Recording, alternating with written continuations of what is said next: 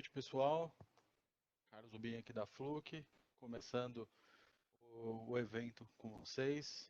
Então, dando continuidade, né, daquilo que a gente começou a falar ontem no webinar do Marco, então eu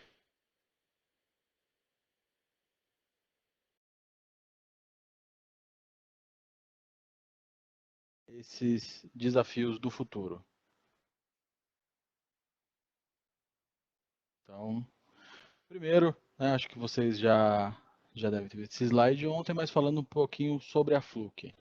A Fluke é hoje o maior fabricante, né, de equipamentos de teste e medição do mundo, e nosso objetivo é sempre, né, ser o primeiro em todos os mercados que a gente atua. Então vocês conhecem a Fluke muito pelo mercado industrial, alguns pelo mercado de telecom, de telecomunicações, né, para certificadores de cabo, muitos pelos equipamentos de calibração de processos e calibração de bancada também.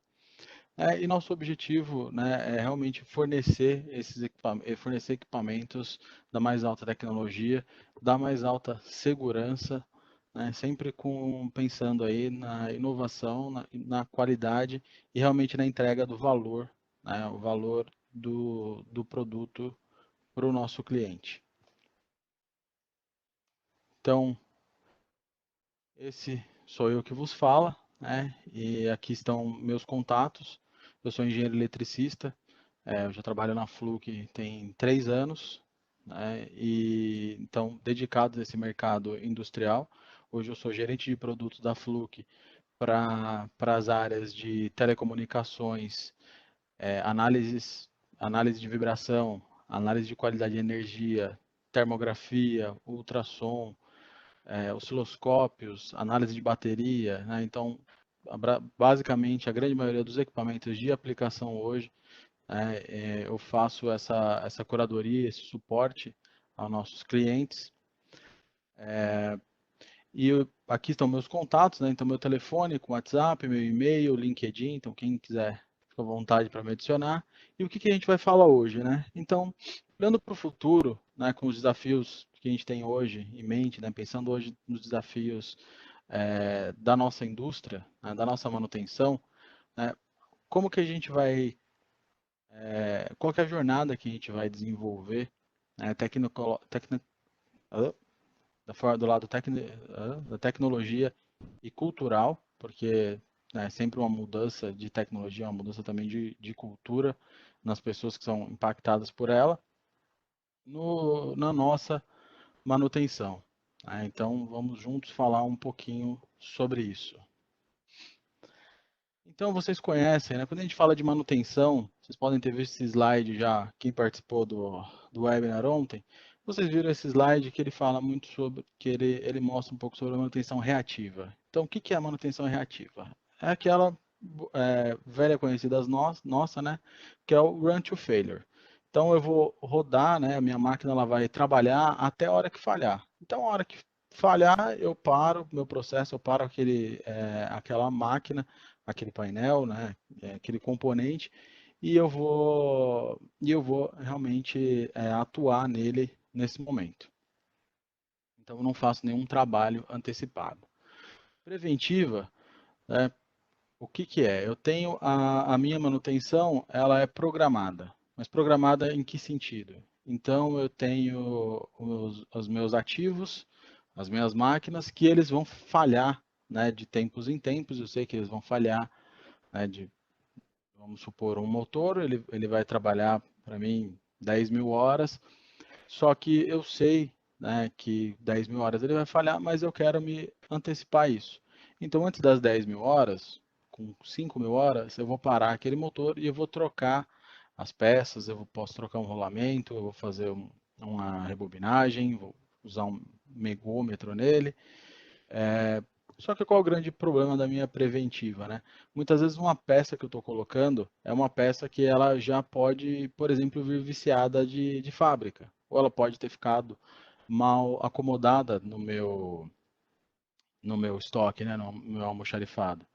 Então, eu posso pegar, e esse meu motor, né, esse meu rolamento, por exemplo, da forma como ele estava, ele ia funcionar as minhas 10.000 horas esperadas, ou eu às vezes até mais.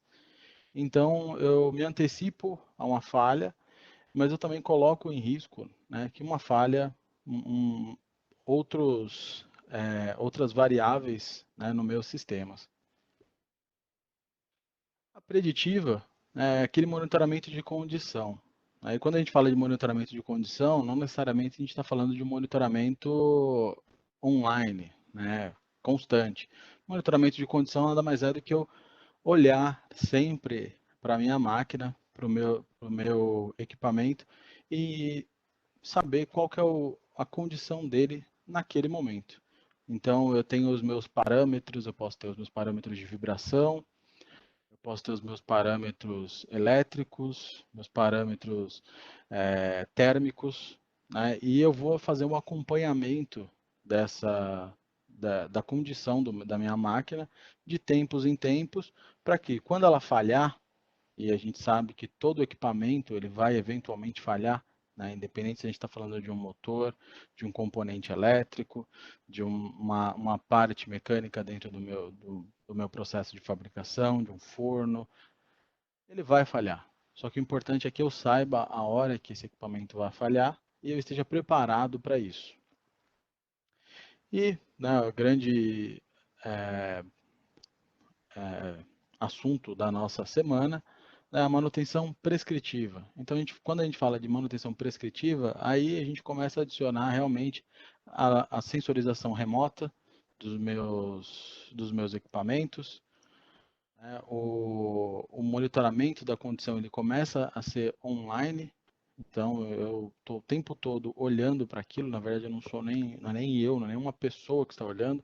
Eu tenho um sistema, um supervisório, um sistema olhando e tomando decisões para aquilo, para o que vai acontecer. E quando a gente pensa, né, na nossa jornada da nossa manutenção, pensando na quantidade de dados de ativo versus a minha estratégia de manutenção, quando eu estou lá na reativa, eu tenho muito pouco dado. Né? Basicamente, na verdade, eu não tenho dado, eu não trabalho com, além dos dados da peça do equipamento, né, eventualmente é algo que eu tenho em estoque, eu não, eu não capturo dados, né, ao longo da vida útil do equipamento. Eu simplesmente deixo ele rodar e a hora que ele quebra, eu resolvo. Quando eu falo na preventiva, né, a minha quantidade de dados aumenta um pouco mais, porque eu já preciso saber agora qual que é a, o tempo útil, né, a vida útil daquele equipamento. Então eu começo a criar outras formas de armazenamento de dados, né, e vou procurando melhorando a minha estratégia de manutenção. Quando eu vou para a preditiva, eu já tenho uma quantidade de dados maior, porque eu preciso saber realmente, toda vez que eu faço uma nova medição, o ideal é que eu saiba qual que era o estado da minha máquina na medição anterior. Né? Sempre que eu falo máquina aqui, não, né, é mais pela força do hábito, mas eu falo de qualquer ativo que eu tiver. Né?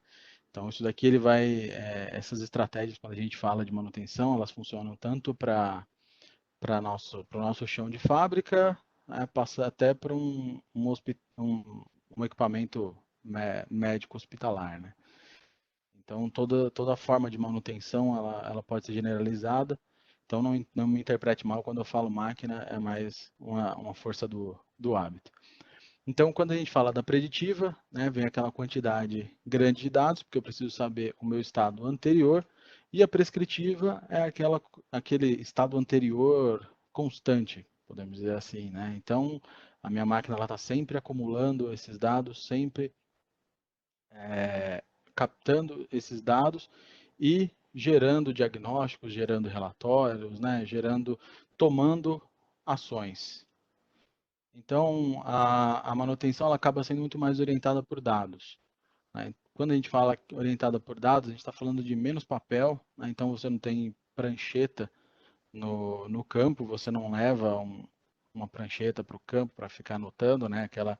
A coleta de dados, ela é mais, quando ela não é automatizada, ela pelo menos é digitalizada, então você já tem uma plataforma mais digital para fazer essa coleta. A tomada de decisões ela é feita com maior confiança, porque uma acaba sendo consequência da outra, né? Então, se eu tenho dados mais consistentes, a minha tomada de decisão vai ser também mais consistente. Da mesma forma que a vida útil dos meus equipamentos, da minha base de ativos, ela vai aumentar. Por quê? Porque eu controlo, exatamente o momento da falha do meu equipamento. Ah, mas como assim você vai falar quando ele pode falhar? Não, mas eu sei quando ele vai falhar, porque eu estou monitorando os parâmetros comuns de falha. E isso vai, consequentemente também de tudo isso, eu vou ter uma maximização dos meus recursos de manutenção. Então, uma vez que eu tenho todo o controle do meu processo de manutenção, eu vou gastar realmente só o estritamente necessário. E eu também vou minimizar, né, ao máximo as minhas, por exemplo, as minhas paradas não planejadas. E quando a gente começa a trazer, tudo isso, pensar no futuro, né, da nossa manutenção, né, pensando na nossa prescritiva, você entra no grande, nas palavras do momento, né, vamos dizer assim. Então a gente tem machine learning, né, a internet super rápida, então o 5G, internet móvel de altíssima velocidade, tudo aliado à inteligência artificial, ao Big Data e tudo isso rodando, né, em volta da nossa internet das coisas. Bom, beleza, Rubinho, mas até agora você me falou basicamente, você ficou repetindo tudo que foi falado no último webinar. Por quê? Porque exatamente, né, tudo isso é muito bonito, mas a gente tem um ponto aqui que a gente tem que começar, né, a trabalhar mais nele. Então, ontem vocês acompanharam o mantra que o Marco e o Caio introduziram, né? Então, aquisite dados. E exatamente esse é a base, né, de todo a nossa conversa hoje. Então, você tem lá todos os seus ativos, né? Então, eu tenho um monte de ativos, eu tenho ativos que têm parâmetros mecânicos, temperatura, parâmetros elétricos, eu tenho bancos de baterias sendo supervisionados o tempo todo, né? Esses três pontinhos são outras coisas, não é uma tomada padrão sueco. Então, eu tenho um monte de ativos. Esses monte de ativos, né, eu tenho dados saindo deles. Esses dados eles estão saindo, né? Eu posso coletar esses dados manualmente, fazer uma medição e coletar esses dados manualmente. Diversas formas de coletar esses dados, de transmitir esses dados de medição. Maravilha, eu tenho todos esses dados de manutenção, eles estão, tenho, né, um monte de pacotes, eu tenho o meu Big Data, eu tenho tudo isso armazenado na nuvem. Só que antes de eu ter o meu Big Data, antes de eu começar a falar de Big Data, de armazenar tudo isso na nuvem, dos meus sensores remotos, antes de ter o meu Big Data, eu preciso ter o meu data. Então, se você não tem dados, você não tem análise. Você não consegue analisar aquilo que você não consegue medir, que você não consegue fazer uma análise. Esse é um mantra que a Fluke também já sempre pregou bastante, que é você não vai analisar o que você não consegue medir. Então, você precisa medir, armazenar esses dados, né, e analisar esses dados para aí você ter realmente a sua tomada de ações. E isso é uma coisa que hoje a gente já consegue fazer. Então, quando a gente pensa, né, nos pilares de um programa de sucesso, a gente está falando Os de uma pesquisadores. manutenção preditiva. Então, a nossa manutenção preditiva hoje, ela vai ser o quê? Ó? Hoje ela é muito mais próxima, né, da nossa realidade e é o primeiro passo que a gente tem rumo à nossa manutenção prescritiva. Quando a gente fala da manutenção preditiva, né, o primeiro ponto a gente precisa do startup, né, de um novo programa de manutenção. Porque a gente sabe que não só você não está só tendo uma mudança tecnológica. Toda mudança tecnológica ela é uma mudança cultural também. Então, muitas empresas, né, muitos profissionais, nosso modo de operandi acaba sendo ser reativo, né, à mudança. Então, o startup de um novo programa de manutenção ele é muito importante e a gente vai falar sobre isso. Um outro pilar é a seleção da tecnologia. Então, dado o meu startup, né, como eu aplico a tecnologia no meu dia a dia? Então, como eu mudo a forma como eu faço hoje essa manutenção, essa aquisição de dados e esse armazenamento de dados? E por último, como é que é a gestão, né, da minha informação? Então, como é que eu faço essa gestão? E a gente não consegue falar de manutenção, né, começar a falar de manutenção, ainda mais preditiva, quando a gente não fala sobre a curva da banheira. Acredito que a grande maioria aqui já deve ter visto, ouvido falar, né, da curva da banheira. Ela é extremamente extrapolada, né? Aqui eu estou até com uma área um pouco maior no meu startup, né, do que na vida normal, no desgaste, mas é muito mais para a gente ilustrar, né, de uma forma ilustrativa para a gente. Então, no startup, né, tudo tende a falha, né? Então, quando você acabou de ligar um equipamento, né, que você começou, você energizou o seu ativo, você pode ter algum defeito na instalação, você pode ter alguma falha no projeto que vai aparecer logo de cara, você pode ter alguma falha na fabricação, então se você teve componentes comprometidos no processo de fabricação daquele item, você pode ter uma falha ali naquele startup. E isso vai diminuindo, né, essa porcentagem de falha, essa probabilidade de falha, ela vai diminuindo conforme você entra na vida útil do equipamento, na vida normal dele, que é quando a taxa de falha ela vira aproximadamente constante, porque as falhas elas vão acontecer aleatoriamente, né, mas o projeto foi bem feito, você não tem defeitos na sua instalação, você não tem falhas na fabricação, todos os componentes estão operando da forma como eles foram projetados para operar, e aí você tem a vida normal do seu equipamento ao longo do tempo. Quando ele vai chegando no final da vida útil dele, ele começa a apresentar desgastes nas partes, no uso, nos equipamentos, né, e vai começar a apresentar falhas. E é exatamente essa a região que a gente começa a se preocupar, né? Então, quando a gente fala na manutenção preditiva, né, pensando aí no futuro da nossa prescritiva, a minha, a minha curva da banheira, né, a minha vida normal é onde eu vou aquisitar os meus dados, né, de forma mais simples, né? Então aqui é onde eu vou aquisitar os meus dados, é onde eu vou saber que está tudo normal, né?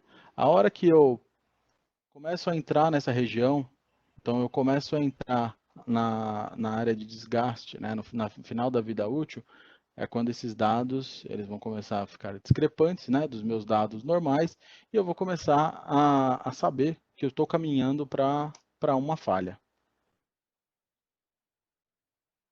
Então, deixa eu apagar aqui.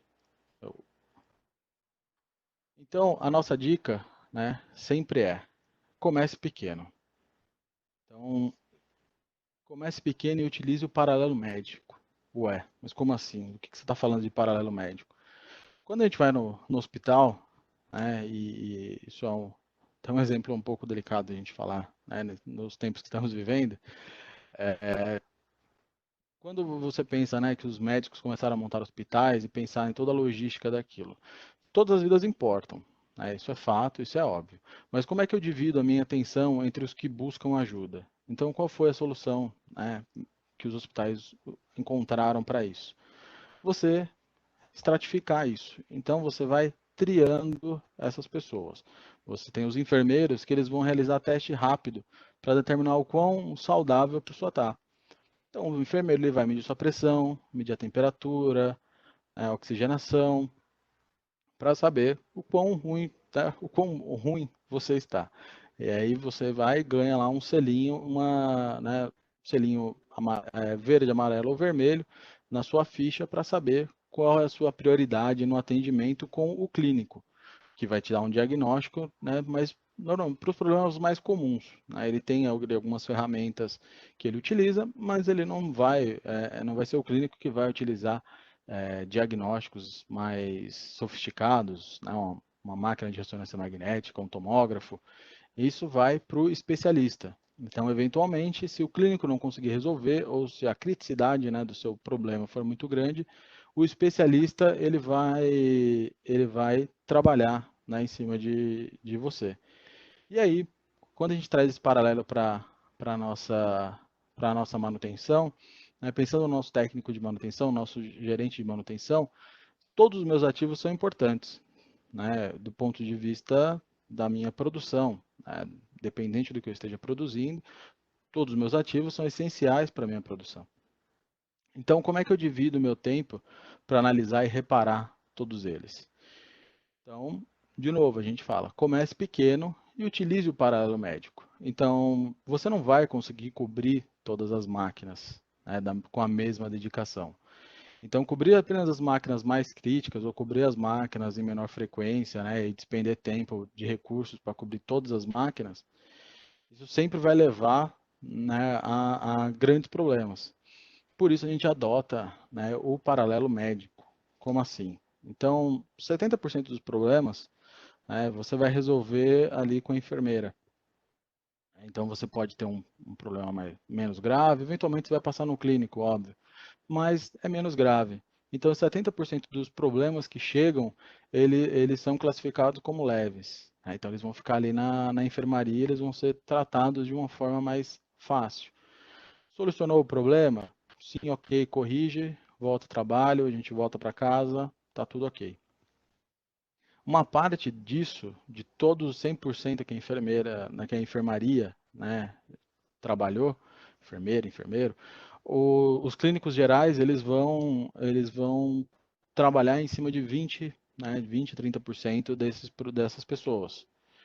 Solucionou o problema usando as ferramentas que o clínico geral utiliza, ok, então corrige, volta ao trabalho.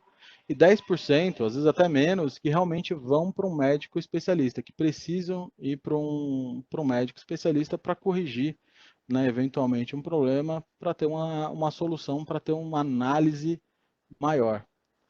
Então você precisa de dados, né? E esses dados, então quando eu pego todos os meus ativos, eu preciso criar categorias para ele. Eu preciso dizer quão críticos esses meus ativos são. Às vezes você tem ativos que não são críticos. Às vezes você tem ativos que são mediamente. Você tem outros que são mais críticos e você tem aqueles extremos, né? Então, como é que a gente diferencia um do outro, né? Então, dando um exemplo aqui mais do dia a dia industrial, no meu não crítico, é aquela bomba de utilidades que eu tenho 3, 4 bombas, porque realmente elas são essenciais, às vezes, para o meu processo, mas eu tenho 3, 4, sendo que meu processo precisa de 2. Então, eu sei que uma delas, se parar, eu tenho outra de backup e assim vai. Então, são equipamentos menos críticos. Equipamentos extremos, né, são aqueles equipamentos que realmente, se ele parar, eles estão diretamente ligados à produtividade da minha indústria.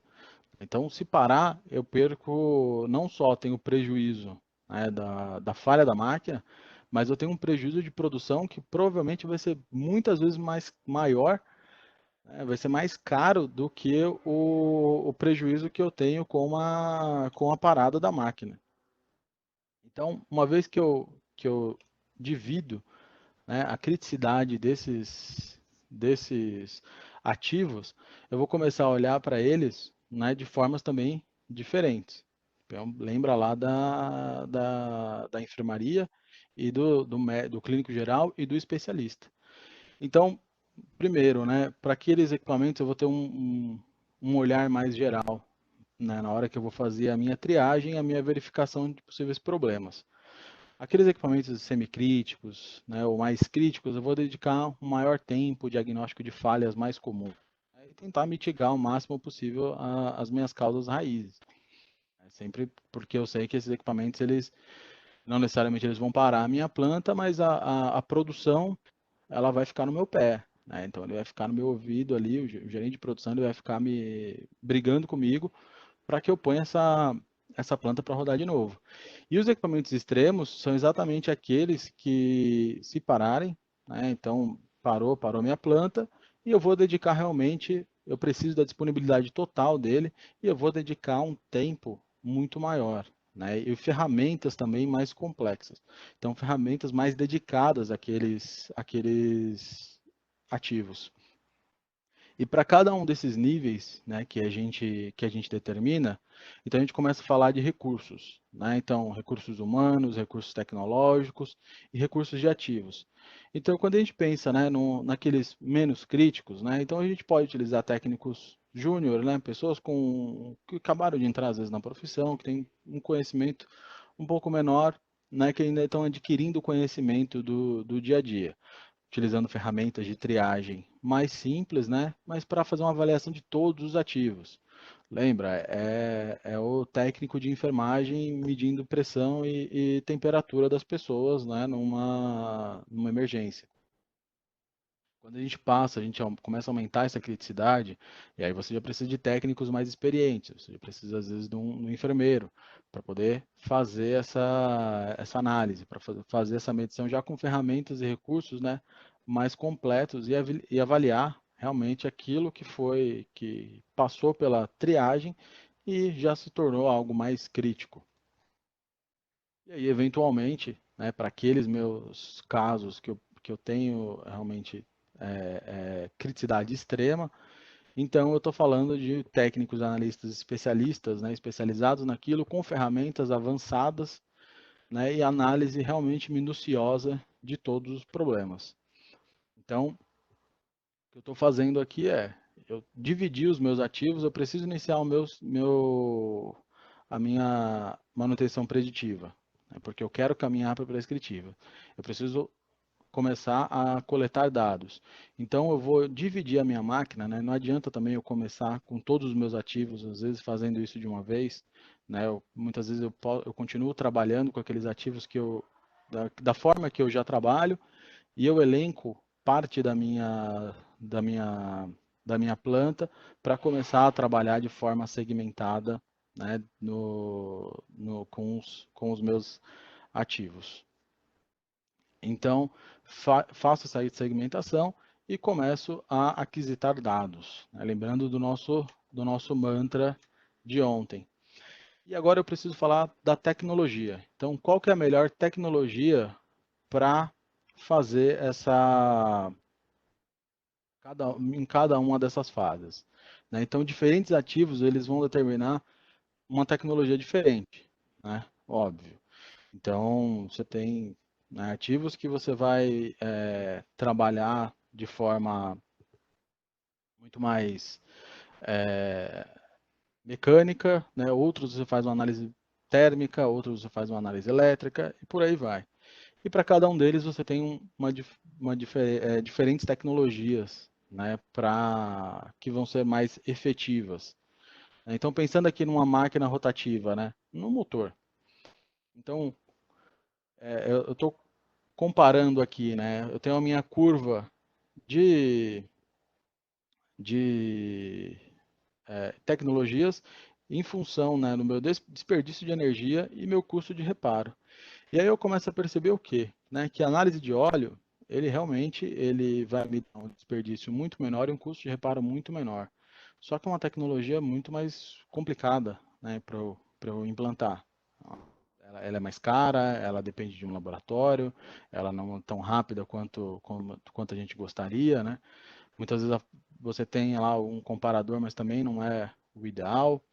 O ultrassom também, né? Então depende muito da experiência do usuário, não é algo intuitivo, não é algo que você tem fácil, né? Você pega um equipamento e sai utilizando, na grande maioria dos casos, mas você tem um retorno, né, muito maior, um desperdício muito menor e um custo de reparo também muito menor, porque você consegue antecipar todas essas falhas. Então você vai detectar uma falha muito mais prematuramente. Vibração, né, teste de circuito elétrico, termografia, então também são tecnologias que a gente utiliza, né, são tecnologias que a gente já consegue automatizar, são tecnologias que a gente já tem um conhecimento mais aprofundado e que vão me dar ali um retorno melhor, né, na minha curva de desperdício de energia e meu custo de reparo também. Lembra que a gente está falando aqui para máquinas rotativas, tá? Então, A gente sabe que ultrassom e vibração acabam sendo hoje, né, as melhores tecnologias que a gente usa. Então, quando a gente já começa a perceber diferenças de temperatura numa máquina rotativa, porque o problema ele já está caminhando realmente para algo muito mais grave, né, para um desastre. E aí, quando a gente tem, né, quente ao toque, ruído audível, né, a gente sabe que pessoas que estão mais experientes, né, em determinadas plantas, né, toda planta tem sempre aquela figura mítica, né, que trabalha na manutenção há pouco mais de 30 anos e conhece o motor por nome, né, tem um apelido carinhoso para cada um dos motores, faz uma análise de vibração com a chave de fenda, conhece a temperatura, né, normal de trabalho de cada motor e o ruído também que cada faz, que, né, não estamos criticando aqui, funciona, né, mas hoje a gente precisa falar em aquisição de dados, né, a nossa figura mítica conhece todas as máquinas, ele conhece os motores, ele muito provavelmente, né, os diagnósticos deles são muito certeiros, mas a gente precisa aqui aquisitar dados. Então a gente precisa começar a trazer, né, ferramentas para essas análises do dia a dia. Então, quando a gente fala dessa manutenção de camadas, né, a seleção da minha tecnologia. Então, a minha triagem eu vou fazer com tecnologias, né, mais, não vou nem dizer tecnologias mais simples, mas instrumentos mais rápidos, né? Então, quando a gente traz aqui para o nosso universo, colocando só alguns exemplos, então eu quero testar a vibração, eu vou utilizar dá até dó chamar de caneta de vibração, né? Mas um testador de vibração, o formato caneta, que eu vou gravar a minha rota nele e vou fazer todas as minhas medições. Eu já vou ter todos esses dados salvos dentro do meu equipamento. Eu já estou começando a criar o quê? Um histórico, né, de vibração para cada um desses ativos. Quando eu falo em temperatura, né, então eu tenho termovisores, esse daqui é um modelo de bolso que eu estou mostrando para vocês, uma câmerazinha bem pequena, né, basicamente do tamanho de um celular, que ele vai me ajudar o quê? Na triagem dos meus ativos. Então, naquela minha termografia mais simples, naquela minha termografia mais rápida, né, às vezes naqueles meus ativos que não são tão críticos. Eu também tenho multímetros, né, que vão permitir também que eu faça essas medições, salve essas medições, né? Então, a câmera termográfica, ela tem a capacidade de registrar essa imagem, de mandar essa imagem para a nuvem, né, de obter esses dados armazenados em um local. O meu multímetro, da mesma forma, o meu alicate amperímetro, então, para cada fase que eu vou fazer uma medição, eu consigo ter esse registro, né, salvar esse registro com estampa de data e hora e começar a criar, né, o meu data do meu Big Data. Da mesma forma, quando você passa para o diagnóstico, né, eu preciso ter agora, fiz a triagem, né, encontrei uma possível falha, agora eu preciso ter um diagnóstico. Então eu também tenho que subir a tecnologia dos meus equipamentos, né? Então a minha termografia já não vai ser mais com uma câmera tão simples, eu preciso ter detalhes da minha medição, né? Então eu preciso ter uma resolução melhor, eu preciso ter uma sensibilidade térmica melhor.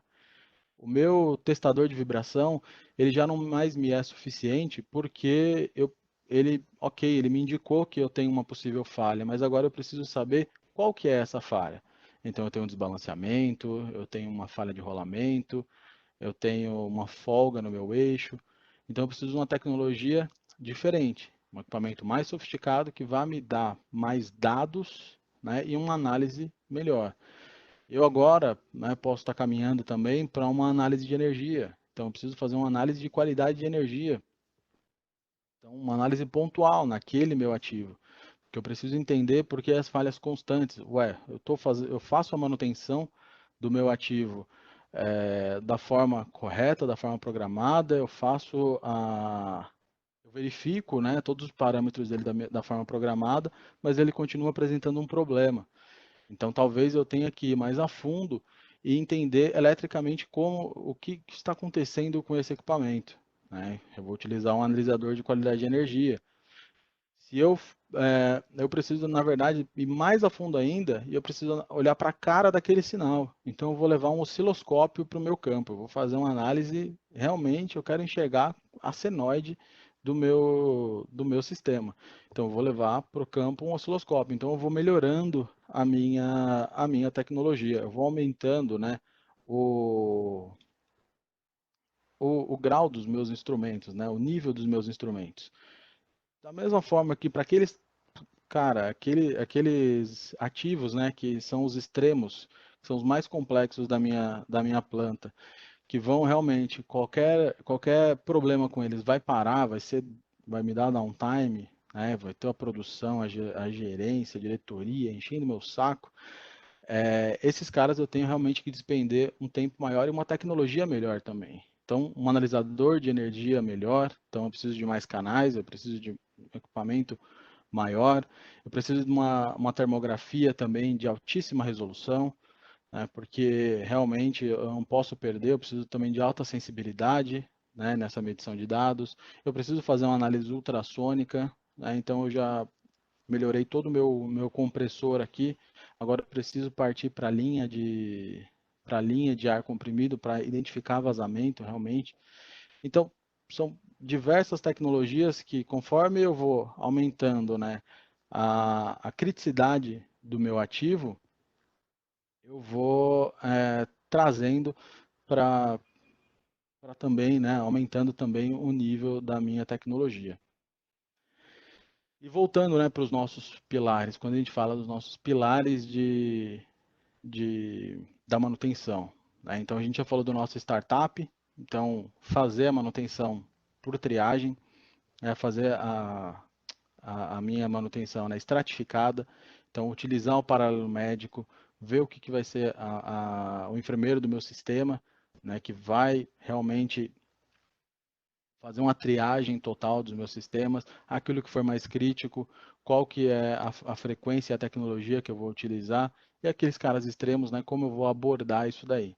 E vou começar a gerar esse monte de dados. Lembrando que o que a gente está fazendo? A gente está se preparando para a tecnologia do futuro. Né? No futuro eu vou precisar de o quê? Dados, eu preciso de informação.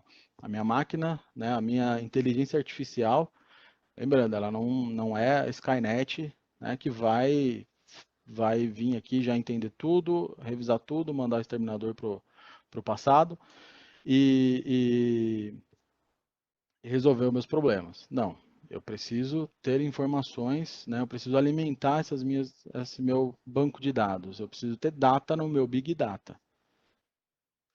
Então, a gestão da minha informação, ela também é muito importante, porque eu preciso ter essa informação, né, disponível e segura para todo mundo. Então a gente sempre fala que os dados eles têm que ser ácidos. E o que é ácido? Isso daqui é, na verdade, análise. Né? Então o A refere à análise. Então os meus dados eles têm que ser analíticos. Então não adianta eu ter dados que não fazem sentido para mim, que eu não consigo analisar eles. Não adianta um dia eu medir laranja, no outro dia eu medir bananas, né? Eu querer comparar uma medição única de corrente, no dia seguinte uma medição única de tensão. Eu não tem sentido para mim, né? Não faz sentido eu ter esses dados. Então eu preciso desses dados analíticos, analisáveis. Eu preciso de contexto. Então, qual o contexto dessa minha medição? Né? Não adianta eu armazenar, por exemplo, uma imagem térmica, que eu não sei de onde ela é. A gente sabe, quem já usou uma câmera termográfica, né, num dia de trabalho, você faz 200, 300 imagens, e como é que você organiza todas essas imagens depois? Você precisa de contexto para isso. Você precisa de um instrumento que te ajude, né, nesse contexto. Então, ou você faz o upload na hora que você faz a imagem, você já joga isso para dentro do seu celular, né? Isso já vai direto para a nuvem. Se você pensar no todo o contexto do Fluke Connect, isso já vai direto para a nuvem e você tem ali aquele contexto, o carimbo, né? A sua estampa de hora e data. Você consegue adicionar uma nota, um áudio. Né? Então, na hora que você faz, você já adiciona uma gravação para você entender qual o contexto daquela sua medição. você consegue adicionar fotos a mais, né? Então, a mais do meu contexto da minha medição. Então, eu preciso de contexto. Eu preciso que esses dados sejam analisáveis, né? Então, na hora que eu vou gerar um relatório, um banco de dados de qualidade de energia, por exemplo, eu preciso saber qual foi o equipamento, qual dia que começou aquilo, quando que terminou, né? Eu preciso de um equipamento que me dê confiabilidade para aquilo. Então, são diversos parâmetros que eu preciso realmente ter contexto nesses meus dados. Integridade. Então, também não adianta nada eu ter todos esses dados, eu ter análise, eu ter contexto, mas eu não ter integridade. Ou seja, os meus dados eles não são confiáveis. Eu tenho um instrumento que ele não é confiável, que ele tem uma precisão boa, que ele não foi calibrado, que eu que é possível ser alterado depois, né, que alguém consegue lá alterar um parâmetro meu. Então, não, eu preciso de integridade nos meus dados. Por quê? Porque eu estou me preparando para a minha manutenção prescritiva. Eu preciso de integridade para que esses dados no futuro façam sentido na hora que eu tiver um sistema, né, automatizado de tomada de decisões, por exemplo. Hoje eu preciso que esses dados eles sejam democráticos. Né? Como assim democráticos? Então eu preciso que a minha equipe, né, ela tenha acesso a esses dados.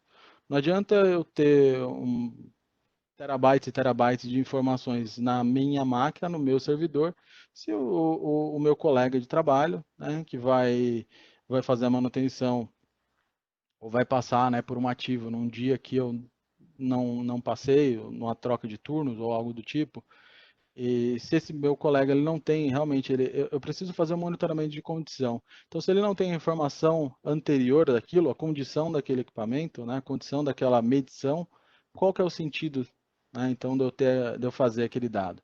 Então, eu preciso dessa democratização. Né, eu preciso que meus dados sejam democráticos, eles sejam compartilhados com toda a minha equipe.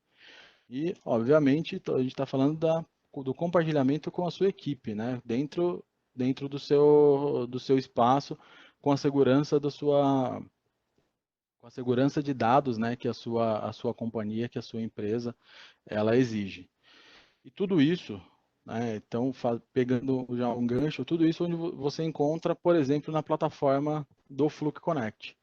Então, seus dados, eles são analíticos, né, porque ele vai juntar bananas com bananas e laranjas com laranjas.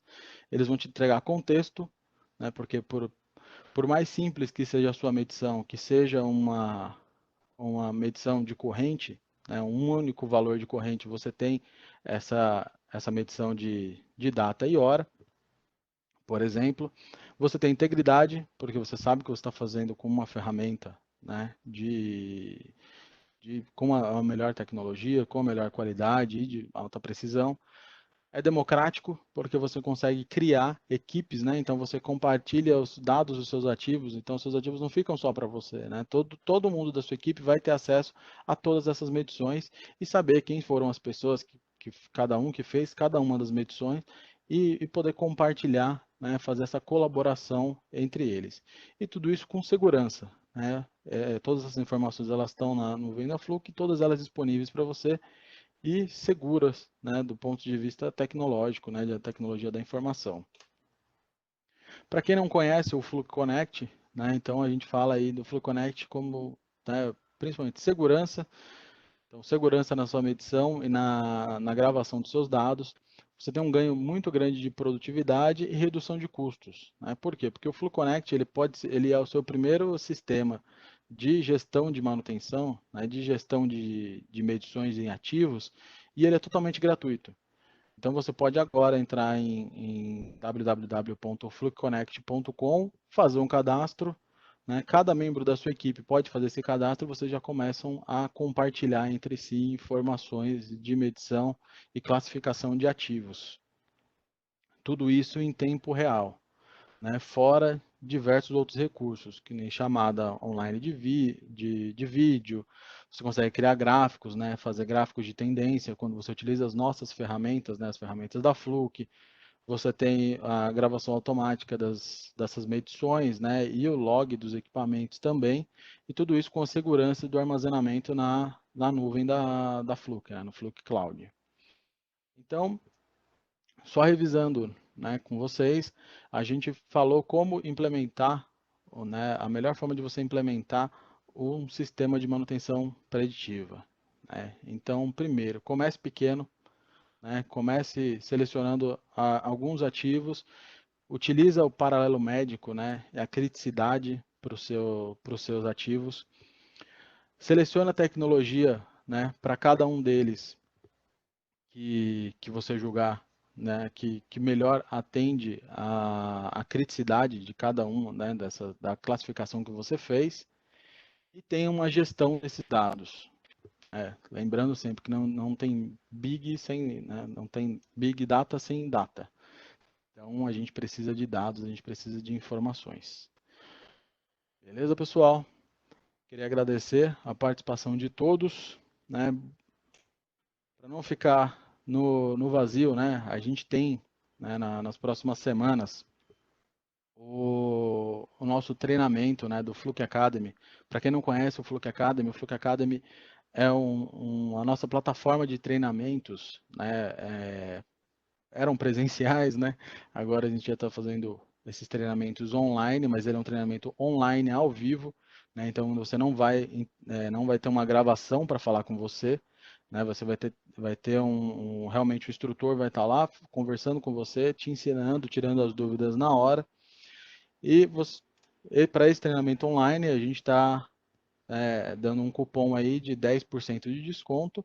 Então, semana online Fluke. Então, você acessa flukeacademy.com.br, vai lá no nosso treinamento de técnicas de aterramento, coloca esse cupom semana online Fluke, tudo junto, e você vai ganhar na hora 10% de desconto. Esse é um cupom exclusivo, né, para quem está agora assistindo esse bate-papo aqui com a gente.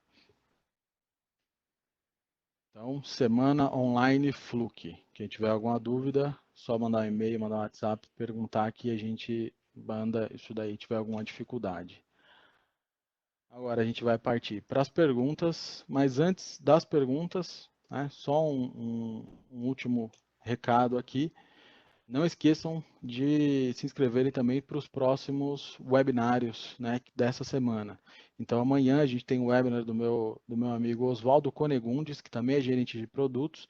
Né, todos os webinars são no mesmo horário, às 19 horas, e com o tema Como preparar sua indústria para a sazonalidade da produção. E na sexta-feira, com o meu amigo Darcio Garbujo, que é o gerente de grandes contas para a área de metrologia, né, que ele vai falar sobre por que você precisa, né, manter a sua planta calibrada. Então, não adianta nada a gente falar, né, de futuro, falar de dados, se você não tem integridade para esses dados. Né? Então, o Darcio ele vai puxar esse assunto aí.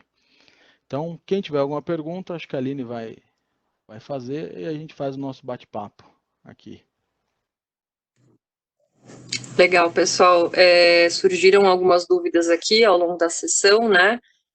O Robson Teles pergunta, quando você estava mostrando ali aquela curva da banheira, conseguimos fazer uma preditiva quando estamos na curva da banheira em degradação? Sim, na verdade é quando a preditiva vai melhor otimizar, né, a sua manutenção. Por quê? Porque, ok, é inevitável que o ativo ele vai falhar, mas eu quero que ele falhe, né, eu quero saber quando ele vai falhar, eu quero conseguir prever isso daí, ou pelo menos, né, chegar o mais próximo possível da previsão. Então, exatamente quando ele começa a degradar, né, que eu vou analisar e eu vou controlar essa degradação dele. Então, por exemplo, se a gente pegar um exemplo de vibração, né, muitas vezes eu consigo usar um testador de vibração que ele vai falar para mim, ó, o seu equipamento, né, o seu ventilador, a sua bomba, vamos pensar numa máquina simples aqui, ele tem uma falha de rolamento. Só que essa falha de rolamento, ela é uma falha intermediária. Ou seja, eu sei que uma falha intermediária, eu tenho aí mais algumas semanas de trabalho. Então, o que eu vou fazer? Daqui a uma semana, eu vou lá e meço novamente nesse equipamento para entender qual que é o estágio da degradação. Às vezes, nessa uma semana, algum interpérie, alguma coisa, evoluiu para uma falha grave ou realmente ainda continua uma falha intermediária. Então eu vou fazendo esse acompanhamento. E aí conforme ele vai evoluindo, né, para realmente a degradação total, né, do meu ativo, para a falha do meu ativo, eu vou conseguir prever. Então eu vou conseguir caminhar, né, vamos dizer assim, eu vou conseguir levar esse ativo até o momento que eu, por exemplo, tenho uma parada programada. E aí sim eu vou tirar aquele equipamento lá da produção e vou fazer a manutenção, né, necessária nele. Ótimo. Mais algumas questões aqui. Hoje, as análises desses dados, né, quando você falou sobre Fluke Connect, podem ficar com os técnicos dos equipamentos ou temos a real necessidade de montar uma central de informações com análise da engenharia? As informações elas ficam nos equipamentos, né? Então quando se você pensar no FluConnect, quando você faz uma medição, essa medição, se o equipamento ele tem a capacidade, né? Porque também não são todos, de manter um log interno, essa informação vai ficar nele. Mas você também, né? Pela democratização da informação e pela necessidade de você criar esse banco de dados, o ideal é que você realmente pegue esses dados e coloque num Flow Connect, você não precisa necessariamente ter ela compartilhada entre toda a empresa, né? Mas as pessoas que utilizam, que fazem essas rotas, né, é exatamente a democratização dessas informações que vão ajudar, né, na hora de você, por exemplo, prever um problema. Como a gente estava falando do exemplo da curva da banheira, né? Então, a hora que, por exemplo, uma corrente no neutro começa a subir, você começa a entender que você tem, por exemplo, problemas de harmônicos na rede. Então, só você saber disso, muitas vezes não é o ideal. Então, o ideal é que isso seja compartilhado, mais pessoas analisem, né, e tomem as devidas ações para aquelas medições. E ainda sobre segurança dos dados, né? Eles não têm o perigo de serem vazados ou até mesmo sofrer com algum tipo de vírus? Não. Quando a gente fala óbvio, né? Tudo a gente fala não, não, 100% não. É, em tecnologia da informação, né? Tudo pode acontecer, mas falando dos dados hoje do FluConnect, né, eles são armazenados em servidores no mundo inteiro, né, todos servidores com redundância e não são servidores proprietários, né, de propriedade da Fluke. A gente utiliza servidores da Amazon, servidores, né, de data centers Amazon, data centers Microsoft.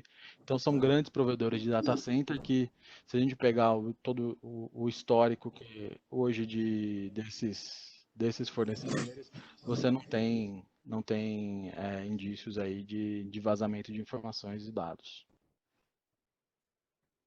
Legal. O Felipe Rosário, ele é instrutor do Senai em Contagem, em Minas Gerais, e ele quer saber se a gente tem algum simulador do Fluke Connect para demonstração. No Flux Connect, quando você baixa ele ou instala ele na sua máquina, no seu celular, no seu aplicativo, ele vem algumas medições de teste, né? Então vem lá uma imagenzinha termográfica, alguns ativos já criados, e você também consegue adicionar manualmente algumas medições. Então você pode fazer esse teste, né? Fazer esse início de gestão até bem didaticamente, né? Você consegue fazer isso de forma manual. E gratuito, tá? Só baixar o FluConnect, baixa agora na Play Store ou na Apple Store e você já começa a utilizar. O Marcos Lopes pergunta se tem algum um treinamento sobre termografia, análise de vibração, as datas, né? Se você entrar hoje no Fluke Academy, eu acredito que a gente tinha uma data, né, presencial para termografia.